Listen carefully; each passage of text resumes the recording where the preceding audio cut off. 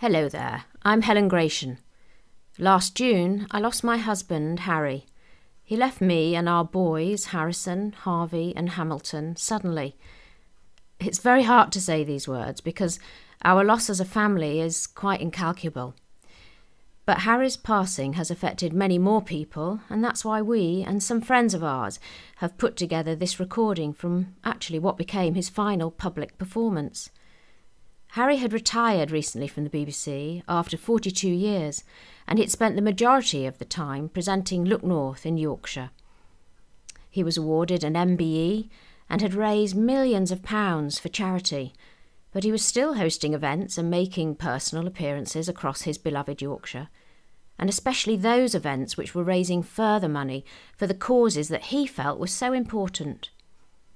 And on the 11th of April 2022, he started a new adventure, hosting the first Grand Yorkshire Night Out at the Theatre Royal in York, which was one of his favourite venues, and with one of his favourite people, the former ITV presenter and his good friend Christine Talbot. There's only an audio recording that exists, and it was the final recording he made.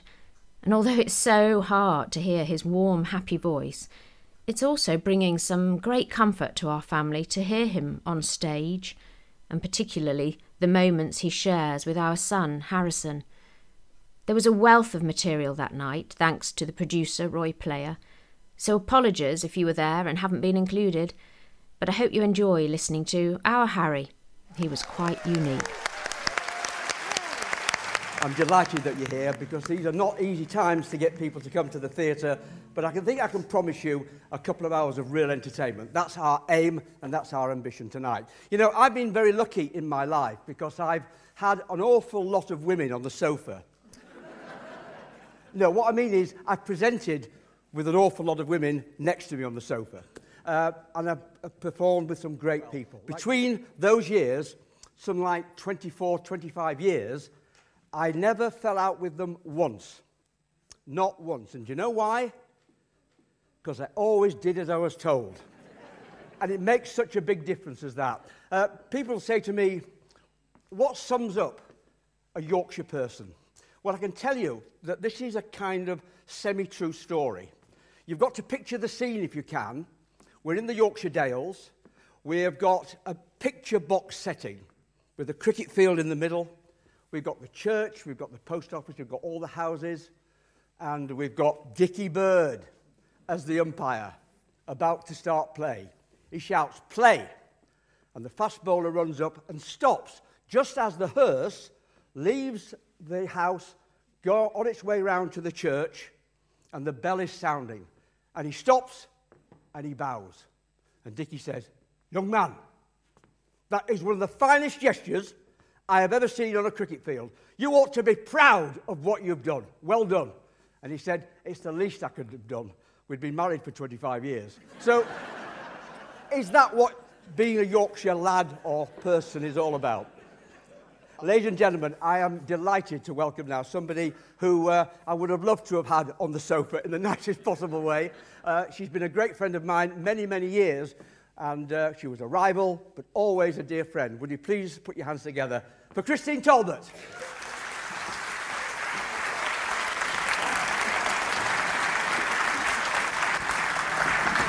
Oh, but it's absolutely lovely to be here, and thank you so much for joining us for our Grand Yorkshire Night Out. Harry and I have always, as we said, wanted to work together, haven't we? And we have done on a couple of rare occasions.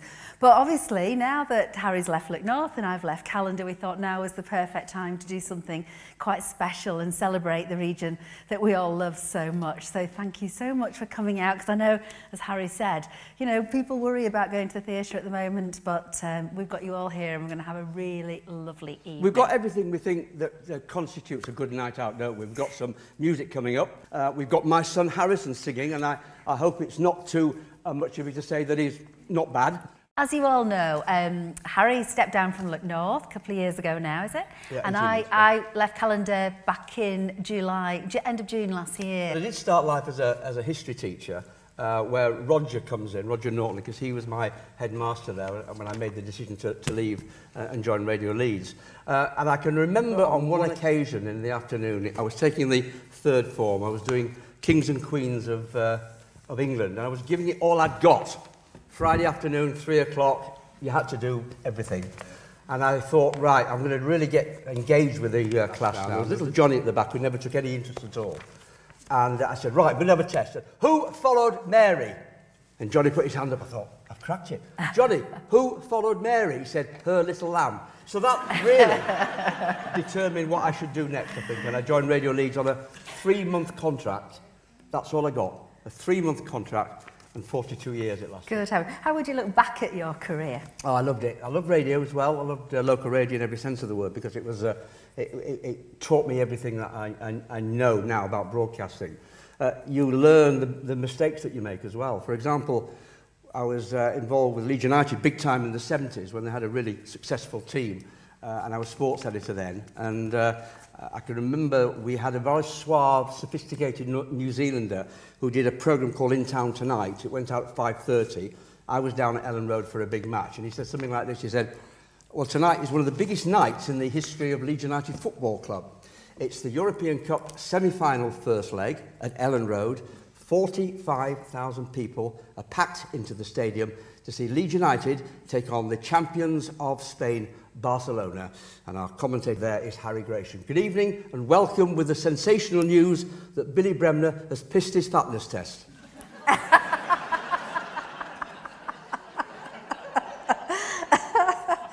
I thought it was a great start. Well, they kept you on, you know. I don't know why they did. They also did another one. We used to do the news as well. And my editor was a guy called John Cundy. The name might mean something to a few people. He was a very distinguished broadcaster on the Look North, and he retired himself just a few years ago. But he was my news editor then when I first started. And you had to be responsible for your own headlines. And one of my headlines was, man survives fatal crash. And he got hold of me afterwards and said, how did you do that? One of the things that you've been able to do, you presented Final Score, Grandstand, you've been to Olympics, you've been to World Cups, haven't you? What were the highs and lows for your time as a sports journalist? Yeah, I think the Olympic Games in London was the best. Prior to that, it was the 2000 Games in Sydney. But I also went to Mexico in '86 for the World Cup, which was an incredible moment for me because I really loved my football. And I was working at the time with a Scottish guy called Archie McPherson. Now, Archie was a really well-known Scottish broadcaster, about 6'6", and he had a Weetabix on the top of his head. And he was doing the first match of the World Cup, and I was his spotter, because you always have, with the commentators in those days, somebody to help you find out who scored the goals and confirm the goals, etc. And Archie's game that he got was Bulgaria against North Korea. Not exactly the one that John Motson fancied for some reason. So Archie had done his usual research and had gone through absolutely everything the night before. And I was worried about him, so he was going to rely on me quite a lot. And we knew we'd get away with a little bit because the North Koreans were completely unknown. But Bulgaria had some good players, Stoichkov, Irazikov, Pushkash, people like that, really good players. And Archie started his commentary. And it's Bulgaria to kick off in this World Cup match. And he went on for a few minutes.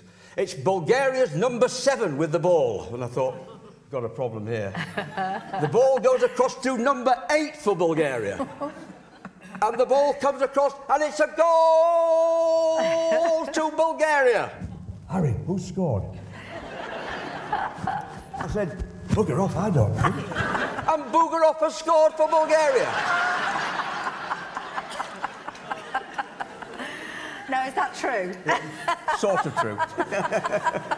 One of the things that you've been able to do as part of your job, and this is one of the things that I think we're very lucky to be able to do as journalists and TV presenters, is travel the world and see places that we'd never normally get to see. I had that chance. The places you've been have been absolutely brilliant. This is the main supermarket just outside of Moscow, and it serves a massive estate. There's queues all over the place, but what for? Look at it. There's absolutely no food. There's nothing here. This is Camp Bastion. It's a cool 40 degrees Celsius today. Since 2006, this has been at the centre of British involvement in Afghanistan, and servicemen and women have fought the insurgents and saved thousands of lives. Wow, I mean, you've seen some things, haven't you? What would you say was the most incredible experience? I think probably the Afghanistan one was, because it was the end of Camp Bastion. The army was about to leave, and I got a real insight into what they were doing. We went out on patrol outside the perimeter fence, and Camp Bastion was as big as Reading, as a city. It was amazing how big it was. And we went out, and although we weren't shot at directly, we could feel the bullets whizzing above our heads as the Taliban or whoever were shooting at other targets behind us. Well, one of the things that you're most famous for, I think, with your Look North career is your mad challenges. Why do you do them? I don't know, because each time I really enjoyed doing them. Yeah. But at the end of them I did. During them it was agony, because I was too old to be doing things as stupid as Pushing that. sofas, walking with tight to sofas Paul and, Hudson. Yeah, with Paul Hudson. That was probably physically the hardest one with Paul. Yeah. Hard too, because he never stopped talking about cumulus nimbus clouds for 4 hours at a time. But that was really tough. But we did raise a lot of money.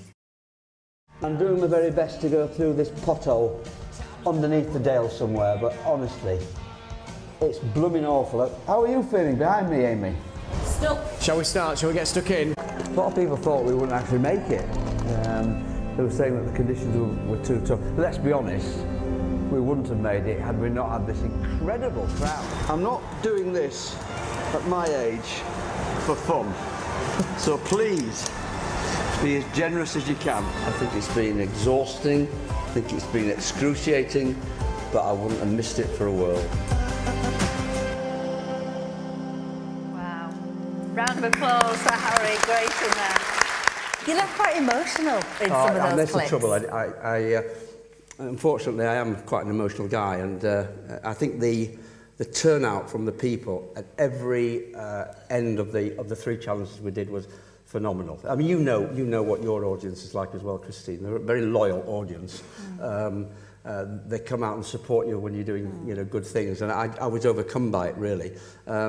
And I think that's probably the hardest wrench that I had when I left the BBC.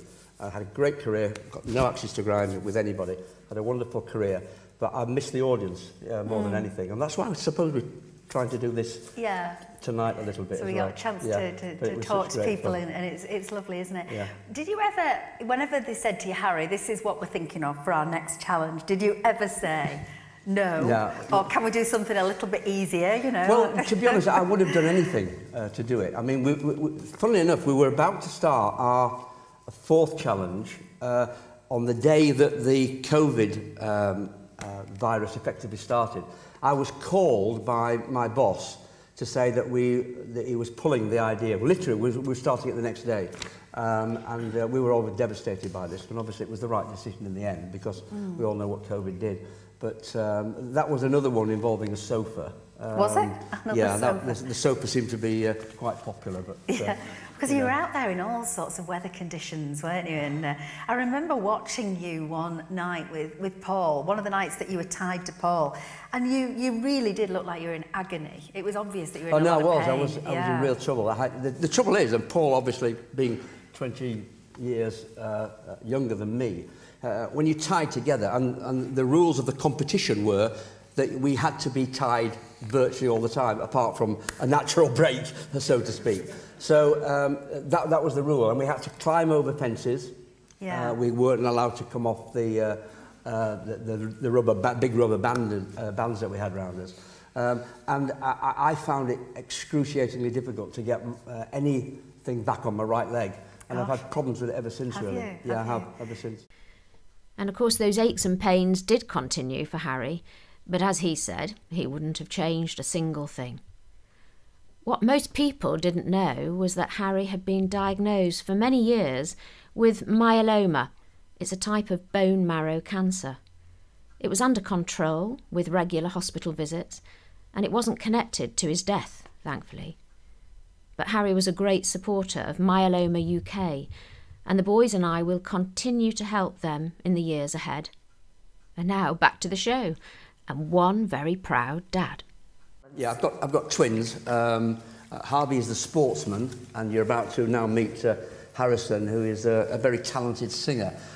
He applied wishful thinking to try and get in the Royal Academy of Music back in, I don't know, September last year, and to his amazement he got in. Having said that, when you hear him sing, I hope I'm not being too much of a proud dad to say he makes me cry every time he sings this particular song, because I absolutely love it. This is Harrison Cheney Gratian, and he's going to sing... He's going to sing Stars from Les Miserables.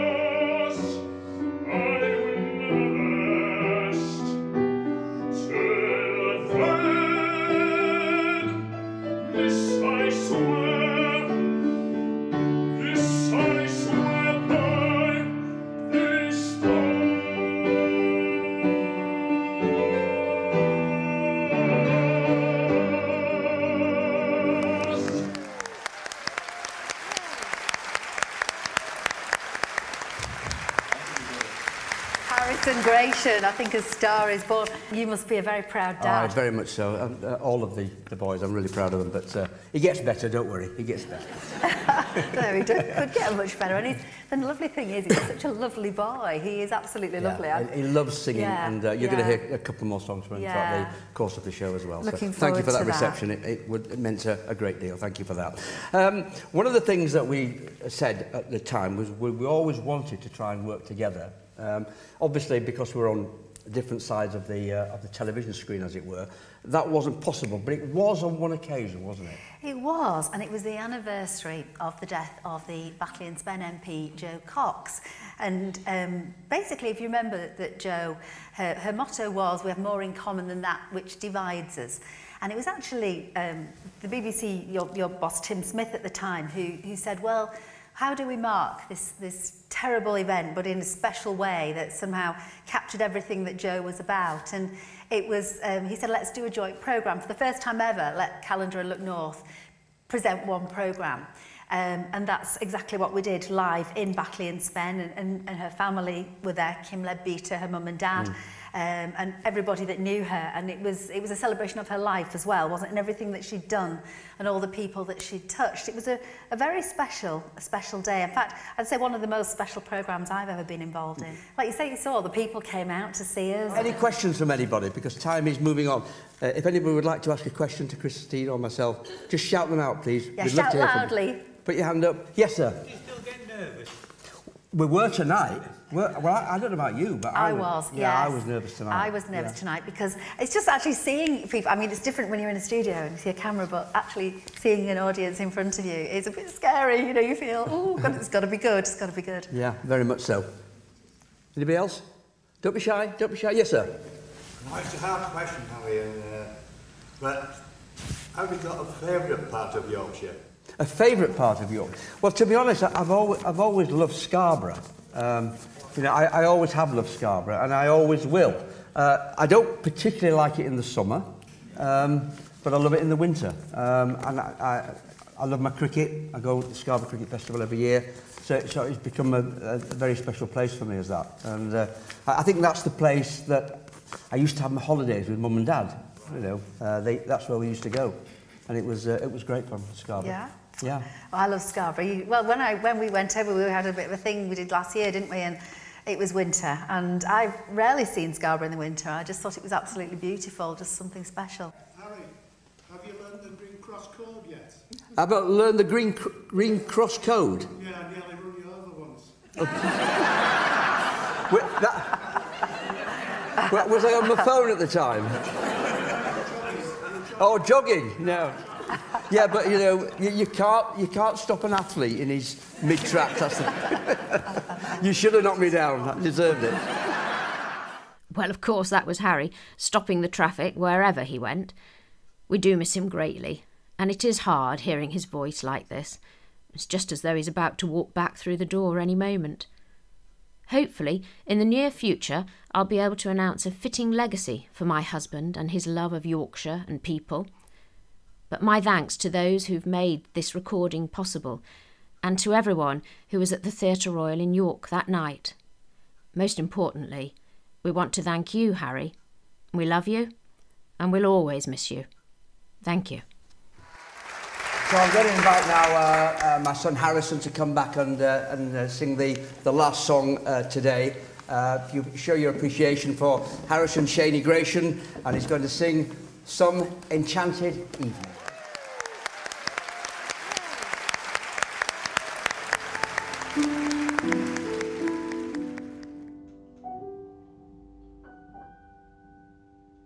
Some enchanted evening, you may see a stranger, you may see a stranger across a crowded room, and somehow you know even then, but somewhere you'll see her again and again. Some enchanted evening, someone may be laughing, you may hear her laughing across a crowded room, and night after night, as strange as it seems, the song of her laughter will sing in your dreams. Who can explain it? Who can tell you why? Fools give you reasons, wise men never try.